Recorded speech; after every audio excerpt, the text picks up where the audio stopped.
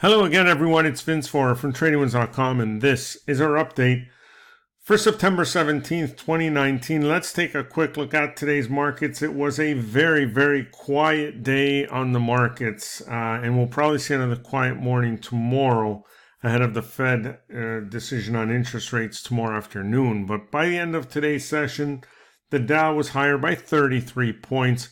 The S&P 500 was higher by just 7 points, while the NASDAQ gaining 32 and the Russell giving back 6 points today. The bond market did move higher, and the yield on the 10-year note settled at 1.806%. Crude oil giving back most of yesterday's gains today after the Saudi energy minister came out to say that their oil supply will be back online by the end of the month. So that was encouraging.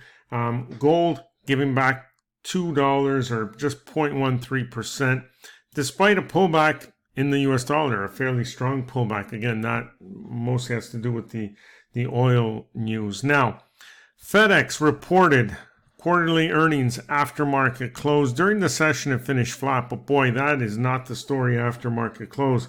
The company disappointed by announcing a miss for both earnings and revenue, and more importantly, they lowered their 2020 guidance, which has really caught the market by surprise, or feeds the flames of that slowing growth, slowing economic growth theme.